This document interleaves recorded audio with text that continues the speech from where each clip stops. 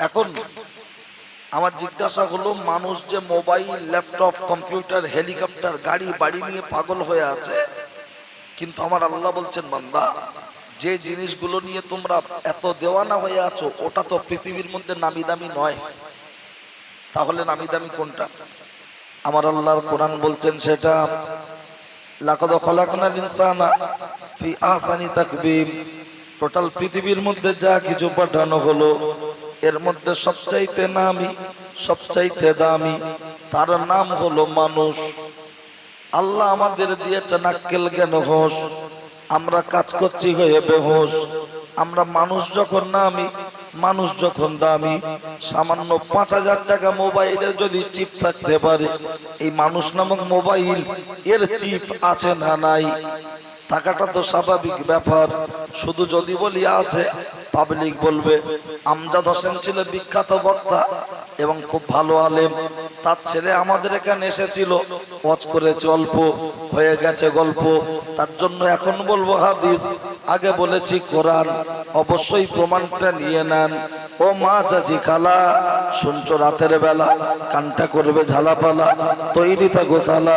আল্লাহর নবী বলেছেন, ইন্না ফিল জাসাদি লামুদগাতুন ওয়া ইজা সালুহাত সালুহাল জাসাদু কুল্লুহু ওয়া ইজা ফাসাদাত ফাসাদাল জাসাদু কুল্লুহু আলা ওয়া হিয়াল কলব।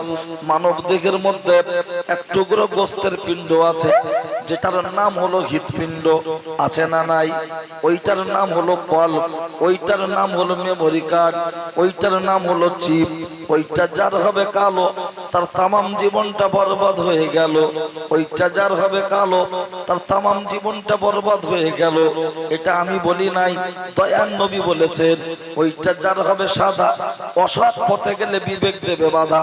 ওইটা যার হবে সাদা, অন্যায় পথে গেলে বিবেক দেবে বাধা।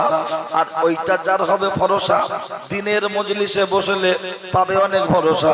ভরসা পেতে পেতে এমন একটা জায়গা তৈরি হবে, আমার আল্লাহর তরফ থেকে ওই বান্দার কপালে লিখে দেয়া হবে, দিস ইজ এ সুপারম্যান। তুমি হল আল্লাহর মাহবুব বান্দা, আল্লাহর ওলি বান্দা। এখন জিজ্ঞাসা হলো, বলুন বলুন বলুন, মোবাইলের চিপে ভাইরাস ঢুকলে কম্পিউটার, গাড়ি খারাপ হলে গ্যারেজ, জামা ময়লা হলে আপনার সার্ফে ডুবিয়ে কাচতে হয়, আমাদের সর্দি কাশি হলে হসপিটাল ডাক্তারখানায় ট্রিটমেন্ট করতে হয়। আমাদের এই হৃৎপিণ্ড নামক যে কল্প, এই যে মেমোরি কার্ড, এর যে রোগগুলো আছে, পৃথিবীর কোন হসপিটালে গিয়ে এই রোগের ট্রিটমেন্ট করবেন, এই রোগের ট্রিটমেন্ট করবেন? এখন বলবেন সাদ্দাম হোসেন, এর আবার কি রোগ হতে পারে? নিশ্চয়ই রোগ আছে। বলবেন এর রোগগুলো কি? অনেকগুলো রোগের মধ্যে একটি রোগ হলো যেটা আমার আল্লাহর কোরআন বললেন সেটা। আমার আল্লাহর কোরআন জানিয়ে দিয়েছেন, আকিমুস সালাহ ওয়া আতুজ যাকাত, তোমরা নামাজ কায়েম করো, পাশাপাশি যাকাত প্রদান করো। নামাজ রোজা কেউ কোনোদিন করো না কো কাজা, যদি করো কাজা কবরে গেলে পেতে হবে সাজা। নামাজ রোজা ইমানদার মুসলমানের জন্য খুবই সোজা, কিন্তু দুঃখের সাথে বলতে হয় আজকের আমরা মুসলমান নামকে ওয়াস্তে আধার কার্ডে মুসলমান, প্যান কার্ডে মুসলমান, ফজরের ওয়াক্তে মসজিদে আসলে দেখা যায় তখন যেন আমাদের এটা খ্রিস্টান পাড়া ভাব। কথা ঠিক না বল ভাই? কথা বলবেন না বেশি, তার কারণ যদি মনে হয় আমার বক্তব্য কোনো ফল্ট হচ্ছে সেটা ধরিয়ে দেবেন, বাকি চুপ থাকুন। তার কারণটা হলো, আমি যা আলোচনা করি সব কথা কেতাবে নেই, ব্রেন থেকে ভেবে বলতে হয়।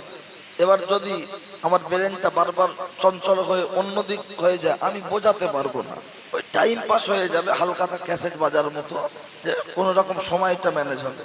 আর যদি মনে করেন শুনবো, তাহলে আল্লাহর হস্তে একটু নীরবতা পালন করুন, ঠিক আছে? যারা আসার তারা আসবে, আর যারা আসবে তারা বসা জায়গা দেখে নেবে, সুতরাং ও নিয়ে টেনশন নেই, ঠিক আছে? যে জায়গাগুলো আছে ফাঁকা, এখানে দিয়ে দেন ঢাকা, নচে শয়তান ঢুকে দেবে ধোকা, আমরা বেনে যেতে পারি বোকা। তাই জায়গাগুলো সম্ভব হলে খুব ঘেঁষাঘেঁষি না হয়ে একটু পূরণ করে বসুন, যাতে করে পিছনের মানুষ আসলে বসতে পারে। মানুষ আসবে না মানে এতটা গোশ রান্না হচ্ছে, খাবে কারা? ঠিক আছে, নবী দিবসে জলসা মানে খাওয়ার প্রতিযোগিতা, শুধু এখানে নয়, সব জায়গায় দেখছি। একটু এসো। এ তো আর জায়গা পাট্টা করার নেই যে পাট্টা পেয়ে গেছি ছেড়ে দিলে আর দখল পাবো না। হ্যাঁ, অন্তত একটু জায়গা পূরণ করে লাভ। ঠিক আছে, চলে ভাই ও বাবাজি। আমি অনেকগুলো রোগের মধ্যে একটি রোগ বলেছি, কয়েকটি রোগের কথা উল্লেখ করব। এখন মসজিদে বেশি নামাজ পড়ছে কারা? মুরব্বী বাপ চাচা যারা, মধ্য বয়সের কিছু মানুষ, যুবক বয়সের কিছু মানুষ, আর বাকি চায়ের দোকানে বসে টেক্কার উপরে তুরুম মারতে ব্যস্ত। 4 জন তাস খেলে 14 জন বুড়িমি করে বলে ওটা না দে এটা দে। ও তাসের হিসাব ওর মুখস্থ, হিট করে ফিনিশ করে দেওয়ার ক্ষমতা আছে, কিন্তু ওর এবং ওর বাপের গোসলের ফরজ বলার ক্ষমতা নেই। আজকের দিনে দাঁড়িয়ে আমরা যে কন্ডিশনে আছি, মসজিদের ইমাম বলুন, মঞ্চের বক্তা বলুন, প্রত্যেকটা মানুষ নামাজের কথা বলছে। আর কিছু মানুষ বলে আমরা হুজুরদের দাওয়াত করছি, একটু নামাজের কথা বাদে অন্য কিছু বলবে। ও চাচা, জ্বর হোক আর পেট ব্যথা করুক, গ্যাসের ট্যাবলেট বাদ দিয়ে কিছু দেয়? যা দেয় তার সাথে গ্যাসের ট্যাবলেট থাকে। তাহলে বক্তব্য যাই হোক না কেন, নামাজ পড়ো, বাপ মার ভাত দাও, হালাল খাদ্য খাও, বাড়ির বউকে পর্দায় রাখো, এ কটা জিনিস বাদ যাবে বলে মনে হয়? টোটালের উপরে তো এটাই।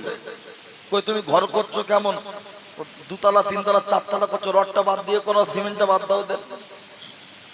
বলছে তাই কি আবার হয়?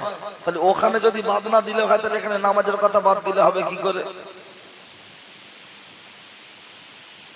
ও ছেলেরা, নওজোয়ান যুবকেরা, এই নামাজ 7, 8, 9 নামাজ না পড়লে দিতে হবে ফাইন। 4, 5, 6 নামাজ পড়লে আল্লাহ নেবেন রিস্ক। 7, 8, 9 নামাজ না পড়লে দিতে হবে ফাইন। আর 1, 0, 10 একটা মুসলমানের জন্য নামাজটা হলো মেন। কিন্তু অত্যন্ত দুঃখের সাথে বলতে হয়, আজকের মসজিদে নামাজ পড়ছে কারা? মুরব্বী বাপ চাচা যারা, মসজিদে বেশি নামাজ পড়ছেন তারা। আর জন ছেলে যারা মসজিদে বেশি নামাজ পড়তে যায় না তারা। তাদের যদি হাতটা ধরে বলা হয় ভাই চল না মসজিদে নামাজ পড়তে যাই, তখন বলছে দাদু তোমার গাঁটে গাঁটে বাপ, কোমরে কোমরে বাপ, উঠতে গেলে লাঠি, বসতে গেলে মাটি, জীবনটা করতে হবে খাঁটি, কবরে গেলে জায়গা দেবে মাটি, মজবুত হবে ঘাটি। এখন তোমরা বলবে নামাজ নামাজ নামাজ, আমরা বলবো সমাজ সমাজ সমাজ, তোমরা বলবে ভাত ভাত ভাত, আমরা বলবো মদ মদ মদ। উঠতি বয়সে ফুর্তি করব, ধরা পড়লে ধনঞ্জয়, না পড়লে ফুল এনজয়। আমাদের জন্য আবার নামাজ কিসের? খুব বেশি বেশি যদি বলা হয় তখন বলে ও সাদ্দাম হোসেন। আমাদের মসজিদের হুজুর যখন মাইক ধরে বলে নামাজ পড়ো, জুম্মার দিন বক্তব্য বলছে নামাজ পড়ো, তোমাকে দাওয়াত করে আনা হয়েছে, তুমিও বলছো নামাজ পড়ো। নামাজের এত গুরুত্ব বাস্তব সম্পর্কে একটু উপস্থাপন করো।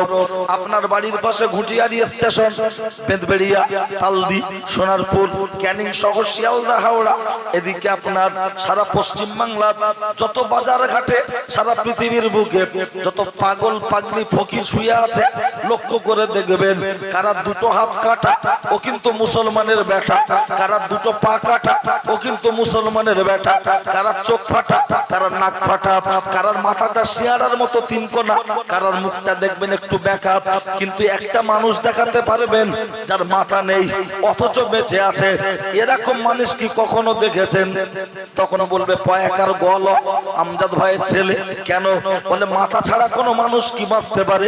ভেরি গুড, ঠিক বলেছেন, মাথা ছাড়া কোনো মানুষ বাঁচতে পারে না, হ্যান্ডেল ছাড়া গাড়ি চলতে পারে না, স্টিয়ারিং ছাড়া 4 চাকা চলতে পারে না।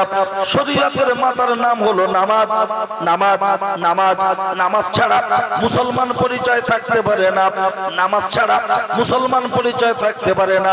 কিন্তু অত্যন্ত দুঃখের সাথে বলতে হয়, আমরা নবী দিবস করতে রাজি আছি কিন্তু নামাজ পড়তে রাজি নয়। আমরা ফুরফুরা শরীফ যেতে রাজি আছি, মুরিদ হতে রাজি আছি, কিন্তু নামাজ পড়তে রাজি নয়।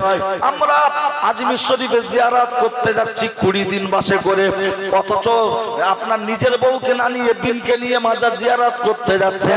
অথচ লক্ষ্য করলে দেখতে পাওয়া যায় 500-700 করে বিড়ি নিয়ে বিভিন্ন মাজার জিয়ারত করতে যাচ্ছে, আর মাজারের হাড়িতে বাক্সে টাকা দিয়ে চলে আসছে। নিজের বাপ আর মাকে ভাত দেয় না, অথচ মাজারের হাড়িতে টাকা দিচ্ছে। মাজারে টাকা দিলে কে খাবে? যেখানে মাজার অধিকাংশ মাজার কমিটি হলো গাঁজাখোর, চুল্লুখোর, গাঁজাখোর।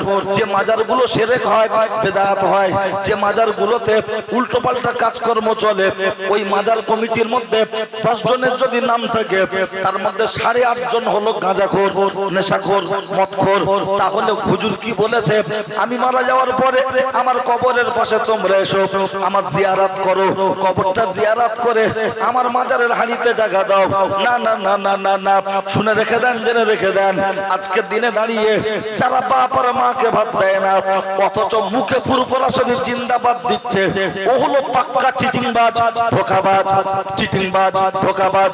ও কখনো দাদা হুজুরের মুরিদ হতে পারে না, ও কখনো সিলসিলায় ফুরফুরা শরীফের মুরিদান হতে পারে না। লক্ষ্য করলে দেখতে পাওয়া যায় ফুরফুরা শরীফের সুলতানুল আইজিন আশিক রাসূল ছোট হুজুর পীর কেবলা রাহমাতুল্লাহ আলাইহি, তানাকে আমরা মানি কি মানি না? ফুরফুরা শরীফের ছোট হুজুর পীর কেবলা বলতেন, বাবা আল্লাহ এবং রাসূল, তারপরে হলো মা, তারপরে হলো বাপ, তারপরে দুনিয়ায় যত পীর থাকবে তারা। বাপ মায়ের উপরে কোনো বড় পীর হতে পারে না, হতে পারে না, হতে পারে না। তুমি বাপের ভাত দাও না, হুজুরের মাজার জিয়ারত করতে যাচ্ছ, তুমি বাপের হাত খরচা দাও না, হুজুরের হাতে হাত দিয়ে মোসাফা করে নজরানা দিচ্ছ। হুজুর কি বলেছে? তোমরা আমার হাতে হাত দিয়ে মোসাফা করে আমাকে নজরানা দাও। না না না না না, আমরা জলসায় আসলে আমাদের সাথে দৌড়ে যাচ্ছে মোসাফা করার জন্য। হুজুর দোয়া করবেন, ওরে সাদ্দাম হোসেনের দোয়া তোর জন্য খোদার দরবারে পৌঁছাবে না, পৌঁছাবে না, পৌঁছাবে না, বরঞ্চ ওর মাথায় বাজ পড়বে। পৃথিবীর কোন হুজুরের দোয়া ওর জন্য কবুল হবে না। বলবেন প্রমাণ দিতে পারবেন? প্রমাণ যদি না দিতে পারি, আছে একটা ছোট মতো 4 চাকা গাড়ি, ওটাকে দিয়ে চলে যাব বাড়ি, কখনো করব না দেরি। ও আমার নওজোয়ান যুবক ভাইয়েরা, বক্তারা বলে না একটাই কারণে, সব বক্তা নয়, বেশিরভাগ বক্তা বলে না একটাই কারণে।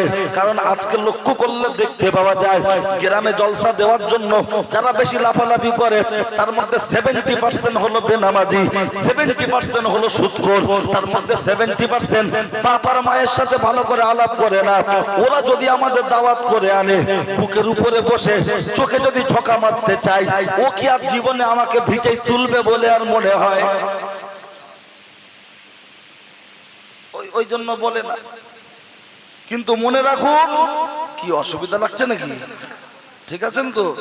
হ্যাঁ, কারণ আমাকে ডেকেছে রং করার জন্য, তা রং করতে গেলে কি ডাইরে রং করবো না একটু সিরিজ কাগজ মারবো? আগে সিরিজ কাগজ মেরে রংটা তোলো, তার উপরে রং দাও, ফার্স্ট প্রাইমার, তারপরে ফাইনাল রং। কিন্তু আজকের আমরা বক্তারা আসছি, এসে ওয়াজ হচ্ছে কি শিরকের পাশে ওয়াজ হচ্ছে, বাড়ির মহিলারা সেখানে চলে যাচ্ছে 2 ঘন্টা টাইম পাস করছে, ছেলেরা সেখানে গিয়ে গাঁজা বিক্রি করছে, এসে ওয়াজ হচ্ছে। বাবা বাবা কি বলবো, দুঃখের কথা। কি দুঃখ আছে বল? লোক বলছে হুজুর ফাটিয়ে দিয়েছে, বিরাট ওয়াজ করেছে। আসল মনে রাখবেন, যে বাড়িতে মুসলমানি হয় টেনশনে থাকে 2 জন, বাচ্চা আর বাচ্চার মা। ওর বাপ তো জানে আমারও কেটেছিল, আমার ছেলেরও কাটবে, কিন্তু টেনশনে আছে 2 জন, বাচ্চা আর বাচ্চার মা। যেই ডাক্তার এসে, কোচির মামা বলছে এবু ডাক্তার এসে, তো কোচির মা তখন মনটা মারা করে বলছে ডেকে লিয়া। ভিতরে যখন ডাক্তার ঢুকেছে, বাচ্চাটার ভূমিকম্প শুরু হয়ে গেছে, এদিক ওদিক ফুলুক ফালুক করে দেখছে, আর ওর চারপাশে এমন করে ঘিরে আছে মনে হয় কুরবানির গরু এবার জবাই হবে, সব দেখছে। বাচ্চাটা যখন ভয় করছে, ওর দাদা গায়ে হাত বুলাচ্ছে। দাদারা খুব একটা সুযোগ পায় না, নানারা, কারণ দাদা মানে তো বংশ শত্রু। বুড়ো হয়ে গেছে, ছেলে জন্ম দিয়েছে, বুড়ো হয়ে গেছে, মানে ও এখন কসাইখানায় যাওয়ার টাইম। ছেলে বৌমার কাছে কোনো মূল্য নেই। হারকিনের কাঁচ ভেঙে গেলে রেখে দেয়, জুতো ছিঁড়ে গেলে রেখে দেয়, কিন্তু বুড়ো বুড়ি হয়ে গেলে ভিটা থেকে বার করে দিলে খুব খুশি হয়। তবে এটা আপনাদের এখানে ঠিক না, ওই রেলগেটটা পার করে ওই দিকটা না, আবার হাটটা আছে ধরবে। হ্যাঁ, অন্তত যা হয় হোক ফুলতলা পার করতেন।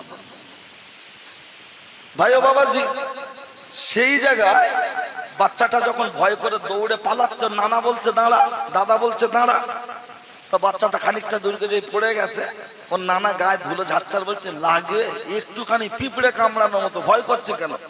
তো বাচ্চাটা কাঁদতে কাঁদতে বলছে ও না না, তবে আমার না দে তোমার দিক। বলছে দুষ, তাই আবার হয়।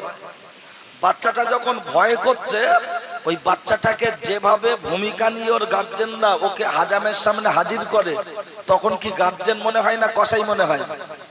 কসাই মনে হয় না? আচ্ছা বলুন, একটি সুন্নত পালনের ক্ষেত্রে যদি গার্জেনকে কসাইয়ের ভূমিকা পালন করতে হয়, আর আমাদের বাড়ির সন্তানেরা আল্লাহর ফরজ হুকুম অমান্য করে ডাইরেক্ট যখন ফরজ লঙ্ঘন করছে, তখনও কি গার্জেনদের কসাইয়ের ভূমিকা পালন করার দরকার নাই? দুটো একটা আবার বাপ মা বলছে আমার ছেলের মুসলমানিদের লস হয়ে গেছে, 14,000 টাকা খরচা হয়েছে, মাত্র দুটো বালতি এসে বলে না বাবা। হ্যাঁ, ওর বাড়ি যে একটা খাসি আছে সেটা লোকে জানাচ্ছে, মুসলমান এটা ঘরের এক সাইড এনে টুক করে কেটে দেবে, দিয়ে সুন্নতটা আদায় হবে। এখন অনুষ্ঠান হচ্ছে, হ্যাঁ ওর এখন অনুষ্ঠান চলছে, তোর বাপের আরেকবার দিয়ে অনুষ্ঠান করলে হয়তো দেখি জিনিস বেশি আসে কি কম আসে। তাহলে অ্যাকচুয়াল সুন্নত পালনের জন্য হচ্ছে না, ওটা হচ্ছে জিনিস নেওয়ার জন্য। ভালো করে বাড়িতে খাওয়া হয় না, ও জিনিস নেওয়ার জন্য। আর যত বাপের বাড়ির গোষ্ঠী দাওয়াত পায়, নিজের বোন বোনাই দাওয়াত পায় না। মানে আমার বইয়ের বাপের বাড়ি সব গোষ্ঠী শুদ্ধ আসবে, নিজের বোন বোনাই দাওয়াত হবে না। ও যদি সাদ্দামের হাতে হাত দিয়ে কাঁদে, হুজুর দোয়া করো, দোয়া কবুল হবে বলে মনে হয়? ইঞ্জিন ম্যান স্টার্ট দিতে দিতে হ্যান্ডেল একটু ছেড়ে দিলে ব্যাগে ওঠে, ও দোয়া ব্যাগে যাচ্ছে। এখন যদি বলেন ব্যাগে যাচ্ছে, আপনি জানেন? আমি জানি তাই জানাচ্ছি, একটু অপেক্ষা করুন, দিচ্ছি। একদম সবে মাত্র বসেছেন তো, একটু অন্তত মাটিটা ভালো করে কাদা হয়ে যাক, তারপরে রোয়া হবে। ঠিক আছে, চলুন সবাই মিলে একবার তাকবীর দেবো, কারো জবান যেন বন্ধ না থাকে। নারায়ে তাকবীর, মাশাআল্লাহ।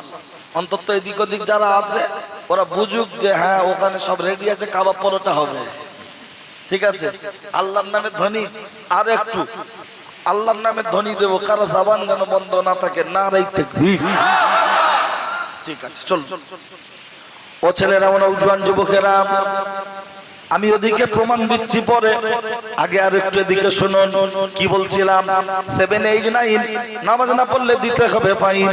আমার আল্লাহ কোরআন শরীফের মধ্যে এক জায়গায় নয়, দু জায়গায় নয়, 82টা জায়গায় বলেছেন আকিমুস সালাহ ওয়া আতুজ যাকাত, তোমরা নামাজ কায়েম করো, পাশাপাশি যাকাত প্রদান করো।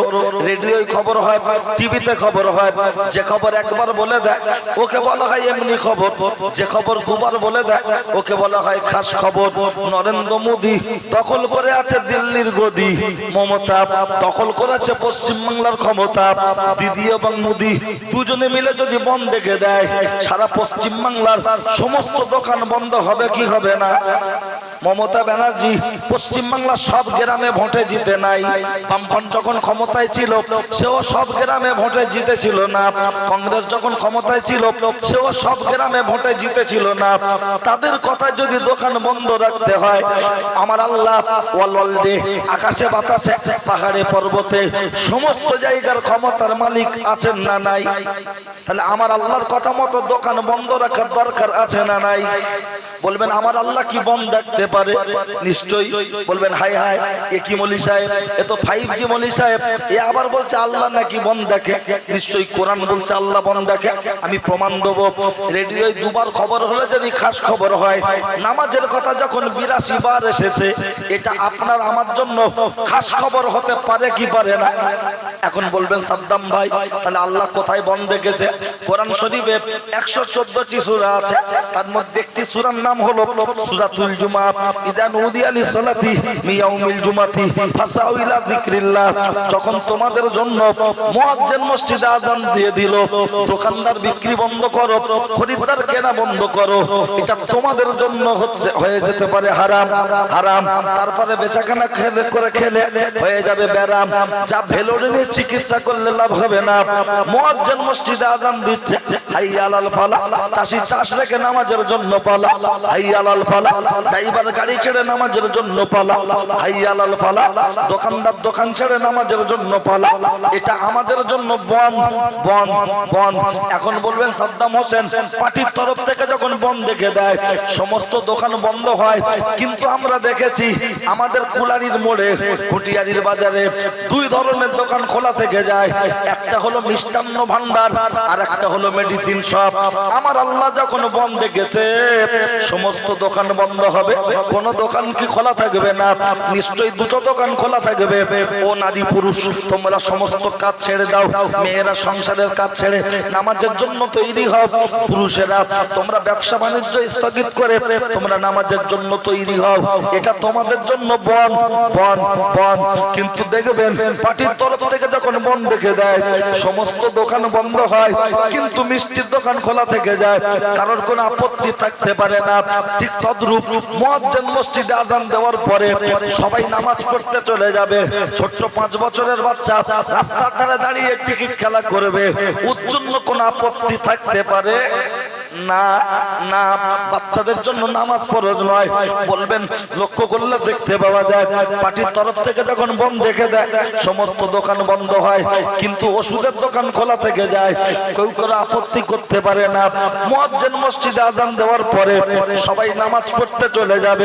যে প্রত্যেকটা গ্রামে একজন দুজন করে পাগলা থাকে, পাগলা ও রাস্তার ধারে খেলা করবে, শুয়ে পড়বে, তার জন্য কোনো আপত্তি থাকতে পারে না না। এই দুজনকে ছাড়া সকলকে পড়তে হবে নামাজ, পড়তে হবে সমাজ। কিন্তু না না না, নামাজের কথা যদি বারবার বলা হয় তখন বলে ও সাদ্দাম ভাই তোমরা মাইক ধরলে বলছো নামাজ পড়ো নামাজ পড়ো, কিন্তু নামাজ পড়লে লাভটা কি হবে ভাই? যদি বলা হয় কেন কোরআন বলেছে ইন্নাস সালাতা তানহা আনিল ফাহশাই ওয়াল মুনকার, নামাজ ভালো কাজে আদেশ করবে, অসৎ কাজে নিষেধ করবে। এটা কে বলেছে? কেন আমার আল্লাহর কোরআন বলেছে। তখন বেনামাজিদের বক্তব্য, জুয়াখোরদের বক্তব্য, তখন দেখবেন এক শ্রেণীর গাঁজাখোরদের বক্তব্য, ওরা তখন বলে আমরা নামাজ না পড়লেও আমাদের ঈমান ঠিক আছে। কি করে ঠিক আছে? বলছে আমাদের এলাকায় একদল নামাজি আছে এমন নামাজ পড়ছে, অথচ লক্ষ্য করলে দেখতে পাওয়া যায় তার ছেলের বিয়েতে মোটা মাল দাবি করে নিচ্ছে। এমনও মানুষ আছে 5 ওয়াক্ত নামাজ পড়ছে, অথচ লক্ষ্য করলে দেখতে পাওয়া যায় তার বাড়িতে সকাল সন্ধ্যে গান বাজনা চলছে। এমনও মানুষ আছে 5 ওয়াক্ত নামাজ পড়ছে, অথচ লক্ষ্য করলে দেখতে পাওয়া যায় 5 ওয়াক্ত নামাজ পড়ছে, বড় বড় মুখে দাঁড়িয়ে রেখে তসবিহ ফোকাস ফোকাস ফোকাস করে টিপছে, অথচ লক্ষ্য করলে দেখতে পাওয়া যায় তার বাড়িতে খবর নিয়ে দেখুন তার বাড়িতে পুনের ফারাইজের হক ভাঙি দিয়ে নিজের নামে জমি রেকর্ড করে নিয়ে একবার হজে যাওয়ার জন্য রিস্ক নিচ্ছে। এমন মানুষ আছে 5 ওয়াক্ত নামাজ পড়ছে, অথচ লক্ষ্য করলে দেখতে পাওয়া যায় 5 ওয়াক্ত নামাজ পড়ছে, অথচ লক্ষ্য করলে দেখতে পাওয়া যায় ওই বাড়িতে যুবতী মেয়েটা এমন করে শ্বাস প্রশ্বাস করছে যেখানে আল্লাহর কোরআন বলেছে নামাজ ভালো কাজে আদেশ করে, অসৎ কাজে নিষেধ করে।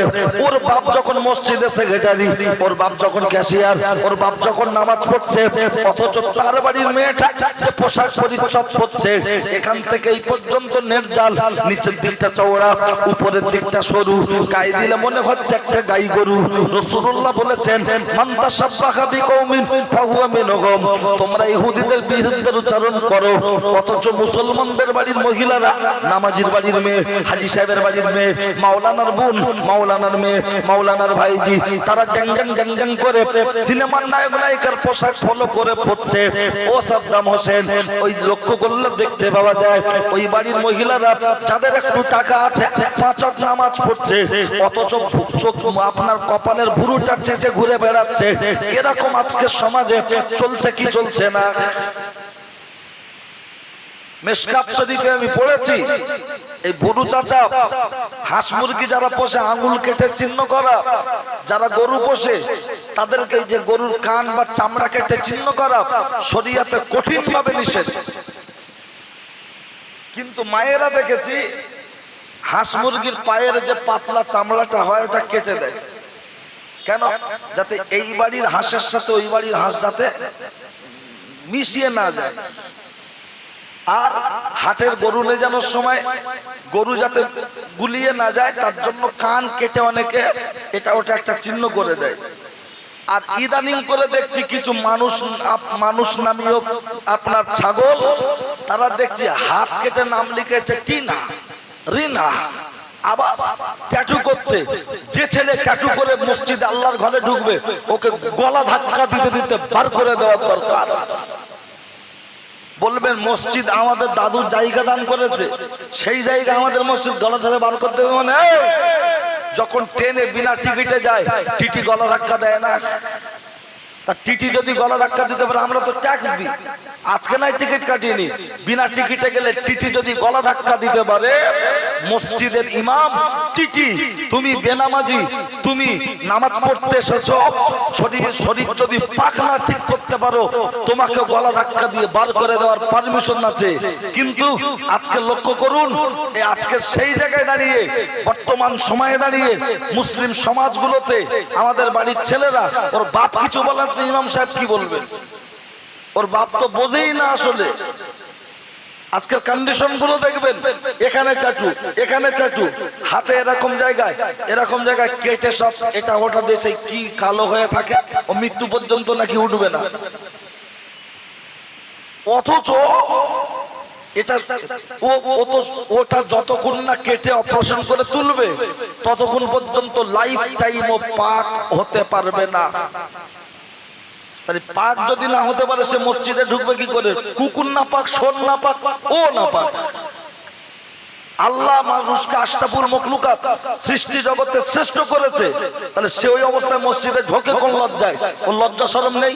ওর যদি লজ্জা থাকে, ও চায়ের গ্লাসে ডুবে মরুক। ওর যদি লজ্জা থাকে, দেয়ালে মাথা ঠুকুক। আর যদি খুব মান সম্মান থাকে, আজকে রাত্রে সিদ্ধান্ত নিক, আগামী 2 দিন 3 দিন 24 ঘন্টার মধ্যে এটাকে অপারেশন করে তুলে দেওয়ার ব্যবস্থা করব। এই সাধারণ কমন সেন্সটুকু নেই। মোবাইলে রিচার্জ শেষ হয়ে গেলে 24 ঘন্টার মধ্যে মাত্র তোমার শরীরের রিচার্জ যখন শেষ হয়ে যাচ্ছে, সেটাকে কিভাবে করতে হয় জানো না? ভাই কথা বলবেন না। আমি নবীর জীবনী জানি, বলতে পারি না তা নয়, বলি। কিন্তু এ জমিতে ও জীবনীদের লাভ নেই। যে জমিতে ধান হয় সে জমি ধান দিতে হয়, যে জমিতে তিল হয় সে জমিতে তিল দিতে হয়, ঠিক আছে? তো জমি বুঝে চাষি কিন্তু চাষ করে। তো আমি খুব ভালো চাষি না, ছোটখাটো একটা চাষি, তবে বোঝার চেষ্টা করি যতটুকু পারি। আর এই যে কথাগুলো বলছি, আপনার কাছে মনে হতে পারে এরকম কি আমাদের এখানে আছে। খবর নেন, আমি নিজে ছাত্র ইউনিয়নের রাজ্য সেক্রেটারি ছিলাম, দক্ষিণ চব্বিশ পরগনা জেলা সেক্রেটারি ছিলাম। আমি সেই সুবাদে ঘুটিয়ারি এবং মাখালতলা, বনমালীপুর এবং মাখালতলা দুটো মাদ্রাসাতে আমাকে রীতিমতো বছরে 2 বার আসার দরকার হতো, সারা পশ্চিম বাংলা, শুধু এখানে নয়। যেহেতু আমি রাজ্য সেক্রেটারি ছিলাম, দক্ষিণ চব্বিশ পরগনা সেক্রেটারি ছিলাম, দক্ষিণ চব্বিশ পরগনা সেক্রেটারি থাকাকালীন আমি তখন এই মাদ্রাসাগুলো আসতাম। যখন রাজ্যে হয়েছি তখন সারা পশ্চিম বাংলা বিভিন্ন জায়গায় ঘুরেছি। সুতরাং ঘুটিয়ারি সম্পর্কে, এই এলাকা সম্পর্কে কম বেশি আমার নলেজ আছে। আর যদি মনে হয় যে আমরা বুঝতে পারিনি, তাই তোমার বউ মরে গেলে জানাজা তুমি পড়ি, ইমাম সাহেবের লিও না। তুমি সব বুঝতে পারছো তো? চায়ের দোকানে বসে খুব ফতোয়া দিতে পারে, ইমাম সাহেব যেদিন থাকে না, নামাজটা পড়াও। ও বলে চুল কাটে না, 3 বছর কি নামাজ পড়াবে? তা শুরু মে যদি এই থাকে, গুডামনে কি আছে? ও গ্রামের লোক যারা জানা গোসল দেয় মানুষ মারা গেলে, ওরা জানে, কিন্তু ওরা কাউকে বলে না। মৃত মানুষের গোসল দেওয়ার সময় যা দেখে কাউকে বলে না।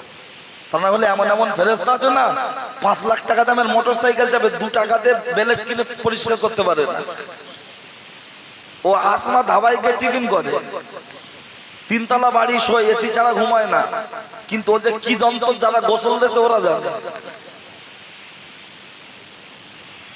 ও ছেলেরা, আমার উজ্জ্বল যুবকেরা, ও আমার মুরব্বিয়ান বাপ, অন্যায় হলে আমার করে দেবেন মাপ।